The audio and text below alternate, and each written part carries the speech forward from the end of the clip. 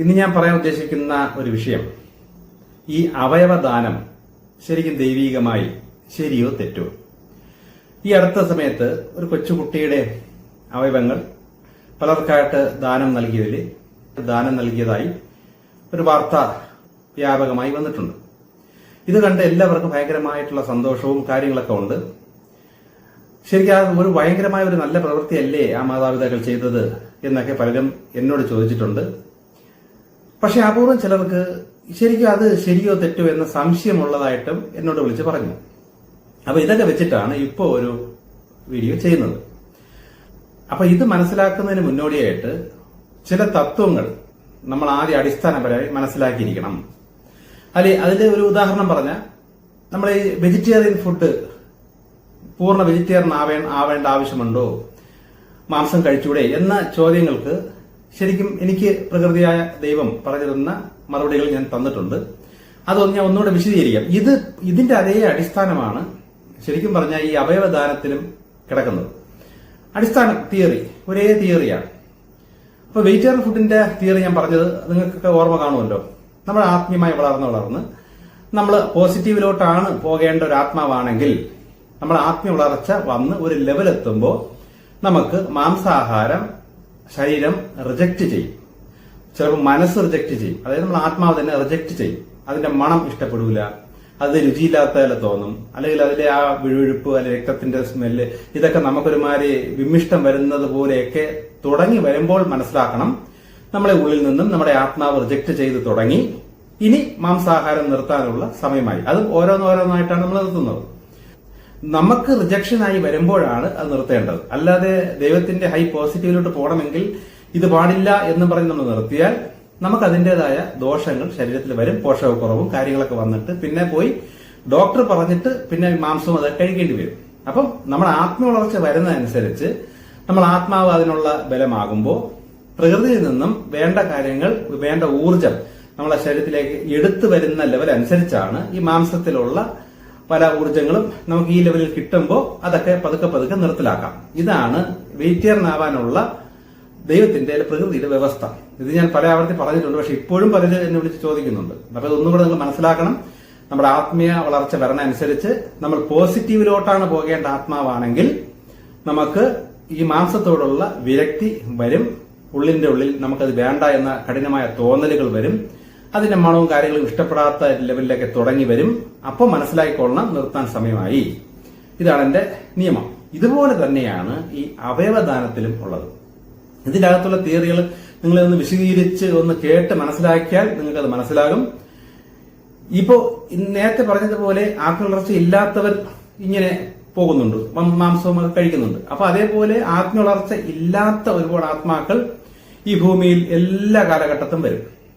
അവര് ഈ കാലഘട്ടത്ത്, ഇപ്പൊ നമ്മുടെ ഈ കാലഘട്ടത്ത് ആത്മവളർച്ച ഇല്ലാത്ത ആൾക്കാരാണ് ശരിക്കും ഈ മൃഗങ്ങളെയൊക്കെ ഭക്ഷണത്തിന് വേണ്ടി കൊല്ലാനൊക്കെ ഉള്ള ജോലികൾ ചെയ്യുന്നതും, അല്ലെങ്കിൽ കൊല്ലാനുള്ള മനസ്സുള്ളവരൊക്കെ കുറച്ച് ആത്മവളർച്ച കുറഞ്ഞ വ്യക്തികൾക്ക് ആ ഒരു മനസ്സ് വരുള്ളൂ. അത് മാത്രമല്ല, നെഗറ്റീവിലോട്ട് പോകാനുള്ള നെഗറ്റീവ് മൈൻഡ് ഉള്ള ആൾക്കാർക്കും ശരിക്കും ഈ കൊല്ലാൻ ഉള്ള ആ ഒരു മനസ്സുണ്ടായിരിക്കും. അവരത് കൊല്ലും. നമ്മൾ ഈ എല്ലാ വശങ്ങളും കാര്യങ്ങളും മനസ്സിലാക്കി അറിഞ്ഞു വേണം മുന്നോട്ട് പോകാൻ. പിന്നീട് പോകുന്ന സമയമാകുമ്പോഴാണ് ശരിക്കും പൂർണ്ണ പോസിറ്റീവിലോട്ടാണോ പൂർണ്ണ നെഗറ്റീവിലോട്ടാണോ എന്ന് ആ ഒരു സെപ്പറേഷൻ ആയി വരുന്നത്. അതുവരെ ഭൂമിയിലുള്ള സകലമാന കാര്യങ്ങളും നമ്മൾ തിരിച്ചും മറിച്ചും ഒക്കെ ഉപയോഗിച്ചും പ്രവർത്തിച്ചും ഒക്കെയാണ് മുന്നോട്ട് വരേണ്ടത്. അല്ലാതെ നമുക്കൊട്ടും ആത്മവളർച്ച വന്നിട്ടില്ല, നമ്മൾ പോസിറ്റീവിലാണോ നെഗറ്റീവിലാണോ പോകേണ്ടെന്നുള്ള തിരിച്ചറിവ് വന്നിട്ടില്ല, നമുക്കൊന്നും ആവാതെ പുസ്തകങ്ങളിലൂടെയോ ഏതെങ്കിലും ഗുരുക്കന്മാർ പറയുന്നത് കേട്ടും കൊണ്ടോ നമുക്കങ്ങ് ഓരോ കാര്യങ്ങളും തീരുമാനിക്കാൻ പറ്റൂല. അപ്പൊ നമ്മളുടെ വളർച്ച അനുസരിച്ച് നമ്മുടെ ആത്മാവാണ് നമ്മളെ, അല്ലെങ്കിൽ നമ്മുടെ സാഹചര്യങ്ങളിലൂടെ നിമിത്തങ്ങളിലൂടെ നമ്മളെ ആത്മാവ് നമ്മളെ മനസ്സിലാക്കി തന്ന് അല്ലെങ്കിൽ കാണിച്ചു തന്ന് വെളിപാടിലൊക്കെ കാണിച്ചു തന്നു. ഇപ്പൊ പലരും എന്നെ വിളിച്ച് പറയുന്നുണ്ട്, കോഴി ഇറച്ചിയും അതൊക്കെ കഴിക്കുമ്പോൾ ഭയങ്കരമായിട്ട് ഛർദ്ദിക്കുകയും ഓക്കാനം വരുന്ന രീതിയിലൊക്കെ സ്വപ്നങ്ങൾ പലരും കാണുന്നുണ്ടെന്ന്. അപ്പൊ അങ്ങനെ സ്വപ്നം കണ്ടതിന് ശേഷം പിന്നീട് വീട്ടിൽ ഇറച്ചി വാങ്ങിക്കുമ്പോൾ തിന്നാനുള്ള മനസ്സ് പോയി. കാരണം ഈ സ്വപ്നം പെട്ടെന്ന് ഓർമ്മ വരും. ഒരുപാട് ഛർദ്ദിച്ചും തലയിറങ്ങി വിമ്മിഷ്ടം അടിച്ചും ഓക്കാനിച്ചും ഒക്കെ ഇങ്ങനെയൊക്കെയുള്ള ചില സ്വപ്നങ്ങളൊക്കെ പലരും കാണുന്നുണ്ടെന്ന് എൻ്റെ അടുത്ത് പറയുന്നുണ്ട്. ഇങ്ങനെയൊക്കെ തന്നെയാണ് എന്റെയൊക്കെ അനുഭവം. നമ്മുടെ ആത്മാവിന് ഇഷ്ടമില്ല അല്ലെ മതി എന്ന് ഇൻഫർമേഷൻ തരുന്നത് ഇങ്ങനെയുള്ള സ്വപ്നങ്ങളിലൂടെയോ ഇങ്ങനെയൊക്കെ ഉള്ള അനുഭവങ്ങളിലൂടെയോ നമ്മൾ ആത്മാവ് നമുക്ക് അടയാളങ്ങൾ തരുമ്പോഴാണ് ഓരോന്നോരോന്നായിട്ട് നിർത്തേണ്ടത്. അങ്ങനെ ഇപ്പൊ നിങ്ങൾക്ക് അങ്ങനെയുള്ള അനുഭവമൊന്നുമില്ല, യാതൊരു പ്രശ്നമില്ല, മരണം വരെ ഒരു കുഴപ്പമില്ലെങ്കിൽ നിങ്ങളുടെ ആത്മാവ് ആ ഒരു തലത്തിലോട്ട് പോകാനുള്ള ആത്മാവല്ല. അതുകൊണ്ടാണ് നിങ്ങൾക്ക് അങ്ങനത്തെ അനുഭവങ്ങൾ വരാത്തത്. അപ്പൊ അതുകൊണ്ട് കുറ്റം പറഞ്ഞിട്ടോ അല്ലെങ്കിൽ അങ്ങനെ ചിന്തിച്ചിട്ട് കാര്യമില്ല. കാരണം നമ്മുടെ ഇഷ്ടമല്ലല്ലോ, നമ്മൾ ആത്മാവിന്റെ ഇഷ്ടമല്ലേ എങ്ങോട്ട് പോകണം, ഏത് ലെവലിൽ പോകണം എന്നൊക്കെ ഉള്ളത് ദൈവത്തിന്റെയും കൂടെ പ്ലാനാണ്. അപ്പൊ ഇതാണ് എന്റെ പിന്നിലെ തത്വം. അപ്പൊ ഈ എല്ലാ കാലഘട്ടത്തും ഈ ഭൂമിയിൽ ഈ മൃഗങ്ങളെയൊക്കെ കൊന്ന് കശാപ്പൊക്കെ ചെയ്ത് നമുക്ക് വേണ്ടി തരുന്ന ഒരുപാട് ആൾക്കാരുണ്ട്. അവര് ഓരോ കാലഘട്ടത്തും അവരത് ചെയ്യും. അടുത്ത പല ജന്മം കഴിയുമ്പോൾ ഈ ആത്മാക്കൾ തന്നെ ഇതിനെയൊക്കെ ഒഴിവാക്കിക്കൊണ്ട് പൂർണ്ണ പോസിറ്റീവായും അല്ലെങ്കിൽ പൂർണ്ണ ഭക്തിയിലും അല്ലെങ്കിൽ ആ ദൈവത്തിന്റെ ഹൈയിലോട്ടെത്തണം എന്ന ആഗ്രഹത്തോടെയൊക്കെ ഈ ആത്മാവ് ഈ ഒരു കാലത്ത് കശാപ്പൊക്കെ ചെയ്ത് മൃഗങ്ങളോട് യാതൊരു ദാക്ഷിണ്യം ഇല്ലാതെയൊക്കെ പെരുമാറിക്കൊണ്ടിരിക്കുന്നവരായിരിക്കും. പിന്നീട് മൃഗസ്നേഹവും കാര്യങ്ങളൊക്കെ വന്ന് ഇപ്പൊ മൃഗങ്ങൾക്ക് വേണ്ടി ബാധിക്കുകയൊക്കെ ചെയ്യുന്ന ആത്മാക്കൾ ഇപ്പൊ പലരും ഉണ്ടല്ലോ ഭൂമിയിൽ. അവരൊക്കെ ഒരു കാലത്ത് ഇതിനൊക്കെ മൃഗീയമായി വെട്ടിയും കുത്തിയും കൊന്ന ആത്മാക്കളാണെന്നുള്ള സത്യം തിരിച്ചറിയണം. അപ്പൊ ഓരോ കാലഘട്ടത്തും ആത്മാവ് വരുമ്പോൾ അതാത് വളർച്ചയ്ക്കനുസരിച്ചുള്ള കാര്യങ്ങൾ ഭൂമിയിൽ അവർ ചെയ്യണം. എങ്കിലേ ഭൂമിയിൽ ബാലൻസ് വരുള്ളൂ. അതൊരു സിസ്റ്റമാണ്. എല്ലാവരും ഇപ്പം ഒരു ലെവലിൽ ആയി കഴിഞ്ഞാൽ ബാക്കി ചെയ്യാനായിട്ട്, ബാക്കി കാര്യങ്ങൾ നടത്താനായിട്ട് ബാക്കി ആൾക്കാർ വേണ്ടേ? അപ്പം എല്ലാ കാലഘട്ടത്തും ആത്മവളർച്ച ഉള്ളവരുണ്ട്, കുറച്ച് വളർന്നവരുണ്ട്, കൂടുതൽ വളർന്നവരുണ്ട്, ഏറ്റവും ഹൈയിലെത്തേണ്ടവരുണ്ട്, നെഗറ്റീവ് വഴി പോകേണ്ടവരുണ്ട്. ഇങ്ങനെ എല്ലാ കാലഘട്ടത്തും എല്ലാവിധ ആത്മാക്കളും ഭൂമിയിലുണ്ടായിരിക്കും. അപ്പൊ ഈ അവയവദാനം എന്ന് പറയുമ്പോഴും ഇതേ തിയറിയിലാണ് പോകുന്നത്. ശരിക്കും പറഞ്ഞ അവയവദാനത്തിന്റെ പിന്നില് ആ തിയറി ഞാൻ പറഞ്ഞുതരാം. എന്താണ് ഈ അവയവദാനത്തിലൂടെ സംഭവിക്കുന്നത് എന്നുള്ളത് ആദ്യം ഞാൻ നിങ്ങൾക്ക് പറഞ്ഞുതരാം. ഒരു വ്യക്തി ഇപ്പൊ മരിച്ചു കഴിഞ്ഞാൽ അവന് ദൈവം താൽക്കാലികമായി കൊടുത്തതാണ് അവന്റെ ഈ ശരീരം. അവന്റെ മരണത്തോടുകൂടി അല്ലെങ്കിൽ ആത്മാ ശരീരം വിട്ട് പോകുമ്പോൾ ആ ശരീരം മണ്ണിനോട് പറ്റിച്ചേരുകയോ അല്ലെങ്കിൽ കത്തി ഈ പ്രപഞ്ചത്തിൽ അലിഞ്ഞു ചേരുകയോ അല്ലെങ്കിൽ ആ ഒരു എനർജി ഇവിടുന്ന് മാറിപ്പോയിരിക്കണം. അവയവങ്ങളെല്ലാം നശിച്ചു പോയിരിക്കണം. നശിച്ചു പോയില്ലെങ്കിൽ ഈ നശിക്കാത്ത ഈ അവയവത്തിന്റെ അവകാശമായിട്ട് ഈ ആത്മാവിന് ഇവിടെ കറങ്ങി നടക്കേണ്ടി വരും, ഇവിടെ ചുറ്റി സഞ്ചരിക്കേണ്ടി, മോക്ഷം കിട്ടൂല. ഇതാണ് ഒരു തിയറി. അതുകൊണ്ടാണ് കത്തിച്ച് കളയുന്നതും അല്ലെങ്കിൽ മണ്ണിലൂടെ കുഴിച്ചിടുകയൊക്കെ ചെയ്യുമ്പോൾ ദ്രവിച്ച് അത് നശിച്ചു പോകും. അതിലുള്ള ഊർജ്ജം കംപ്ലീറ്റും മണ്ണിൽ അലിഞ്ഞ് തീർന്നു. അത് ഒരു ചണ്ടിയായി നശിച്ചു പോകും. അങ്ങനെ പോകുമ്പോഴാണ് ആത്മാവിന് പൂർണ്ണ മോക്ഷമായി ഇവിടുന്ന് പോകാൻ പറ്റുന്നത്. ഇതാണ് എന്റെ പിന്നിലെ തിയറി.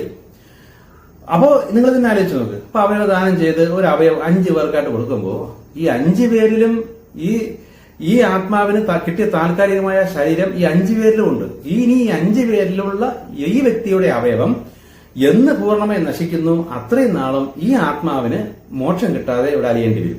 എന്തുകൊണ്ട് ഇങ്ങനെ വരുന്നു എന്ന് പറഞ്ഞാൽ അത് കഴിഞ്ഞ ജന്മത്തിലുള്ള എന്തോ കർമ്മത്തിന്റെയൊക്കെ ഫലമായി അത് ബാലൻസ് ചെയ്യാൻ ഇങ്ങനൊരു വിധി അനുഭവിക്കണം എന്നുള്ളത് കൊണ്ടാണ് ഇങ്ങനെയൊക്കെ സംഭവിക്കുന്നത്. എന്നാൽ വിധി നമുക്ക് ഒരുപാട് മാറ്റാം. ഇപ്പൊ പ്രായപൂർത്തിയൊക്കെ വരുമ്പോഴും ഇങ്ങനെയുള്ള അറിവ് കിട്ടുമ്പോഴും നമുക്ക് ഇങ്ങനെയൊക്കെയുള്ള കാര്യങ്ങൾ മനസ്സിലാക്കിയിട്ട് നമ്മുടെ വിധി നമുക്ക് വേണമെങ്കിൽ മാറ്റാം. പക്ഷെ കുട്ടികളായിരിക്കുമ്പോഴും മാതാപിതാക്കളുടെ കീഴിലൊക്കെ നിൽക്കുന്ന കൈക്കുഞ്ഞ് അങ്ങനെയൊക്കെ ഇരിക്കും, അല്ലെങ്കിൽ ഗർഭപാത്രത്തിൽ വെച്ച് സംഭവിക്കുന്നത് ഇതൊന്നും സ്വന്തമായി വിധി മാറ്റാനൊന്നും പറ്റൂല. ആ വിധികളൊക്കെ അനുഭവിച്ചേ പറ്റൂ. ഇങ്ങനെ കുറച്ച് കാര്യങ്ങൾ അനുഭവിക്കേണ്ടതായിട്ടുള്ളതുകൊണ്ട്. എന്നാൽ ഈ മാതാപിതാക്കൾ ദൈവമായിട്ടൊരു ബന്ധമൊക്കെ വന്ന് ശരിക്കും ദൈവമായിട്ടൊരു കമ്മ്യൂണിക്കേഷനൊക്കെ ആ ലെവലിലേക്ക് വളർന്നു വന്നിരുന്നെങ്കിൽ ഈ വിധിയിൽ അല്പം മാറ്റങ്ങൾ വരുമായിരുന്നു. പക്ഷെ അങ്ങനെ സംഭവിച്ചിട്ടില്ല. സംഭവിക്കാൻ സാധ്യതയും വളരെ കുറവാണ്. ഈ വ്യക്തി അത്രയും ആത്മവളർച്ച വന്ന് ഈ മാതാപിതാക്കൾ ഒരു ലെവലെത്തണം, എങ്കിലേ വിധിയിൽ വ്യത്യാസം വരുള്ളൂ. അപ്പൊ ഇതാണ് എന്റെ പിന്നിൽ നടക്കുന്ന സംഭവം. പക്ഷെ ഇത് മാനുഷികമായി നോക്കുമ്പോൾ ഇത് ഭയങ്കര ഒരു വലിയൊരു കാര്യമാണ്. ഇതൊക്കെ നല്ല ലെവലിലുള്ള പോസിറ്റീവായിട്ടൊക്കെ നമുക്ക് തോന്നും. അങ്ങനെയുള്ളവർക്ക് ഇത് പോസിറ്റീവ് തന്നെയാണ്, ഇല്ലെന്ന് പറയാൻ പറ്റൂല. ഇപ്പൊ ഈ അവയവദാനം ചെയ്ത അല്ലെങ്കിൽ അവയവം കൊടുത്ത ആ വ്യക്തി അല്ലെങ്കിൽ കുട്ടി ആ ആത്മാവ് കടന്ന് വിഷമിക്കും. ആ ആത്മാവ് ഭയങ്കര ഉപ്രളപ്പെടും. കാരണം ഇനി ആത്മാവിനറിയാം എനിക്കിനി ഈ അവയവങ്ങളെല്ലാം നശിച്ചു പോകാതെ എനിക്കിനി മോക്ഷമില്ലെന്ന് ആത്മാവിനറിയാം. ആത്മാവ് ഈ വ്യക്തികളിലൂടെയൊക്കെ ആരുടെയൊക്കെ ശരീരത്തിലാണ് ഈ അവയവങ്ങൾ പോയത് ആ വ്യക്തികളിലൂടെയൊക്കെ ആത്മാവ് ജീവിച്ച് കറങ്ങി ഇങ്ങനെ നടക്കും. അതൊക്കെ നശിച്ചു പോകണം. ഇനി അവര് വയസ്സായി ഈ വ്യക്തിയുടെ അവയവം ഉൾപ്പെടെ അത് നശിച്ചു പോകുന്നത് വരെ ഈ ആത്മാവിന് കറങ്ങി നടന്നേ പറ്റൂ. പക്ഷെ ഈ ദാനം ചെയ്യാനായിട്ട് ചെയ്ത മാതാപിതാക്കൾക്ക് ഒരുപാട് പോസിറ്റീവ് കിട്ടും. എങ്ങനെ?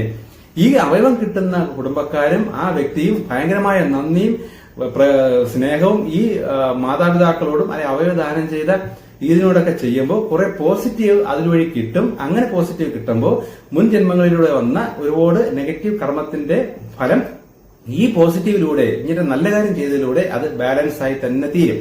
മാത്രവുമല്ല, ഇങ്ങനൊരു മരണവും ദുർമരണവും ഒക്കെ സംഭവിക്കുമ്പോൾ ആ മാതാപിതാക്കൾ ഒരുപാട് വിഷമിക്കുകയും കരയുകയും ദുഃഖിക്കുകയും ചെയ്യുന്നത് കൂടെ ഈ നെഗറ്റിവിറ്റി അല്ലെങ്കിൽ കഴിഞ്ഞ ജന്മത്തിലോ അല്ലെങ്കിൽ ഈ ജന്മത്തിലോ ചെയ്തു പോയ പാപത്തിന്റെയൊക്കെ ഫലം ഇങ്ങനെ കുറെ ദുഃഖം അനുഭവിച്ചും അവിടെ പോസിറ്റീവായി മാറും. അവിടെ നെഗറ്റിവിറ്റി ഒരുപാട് കുറയും.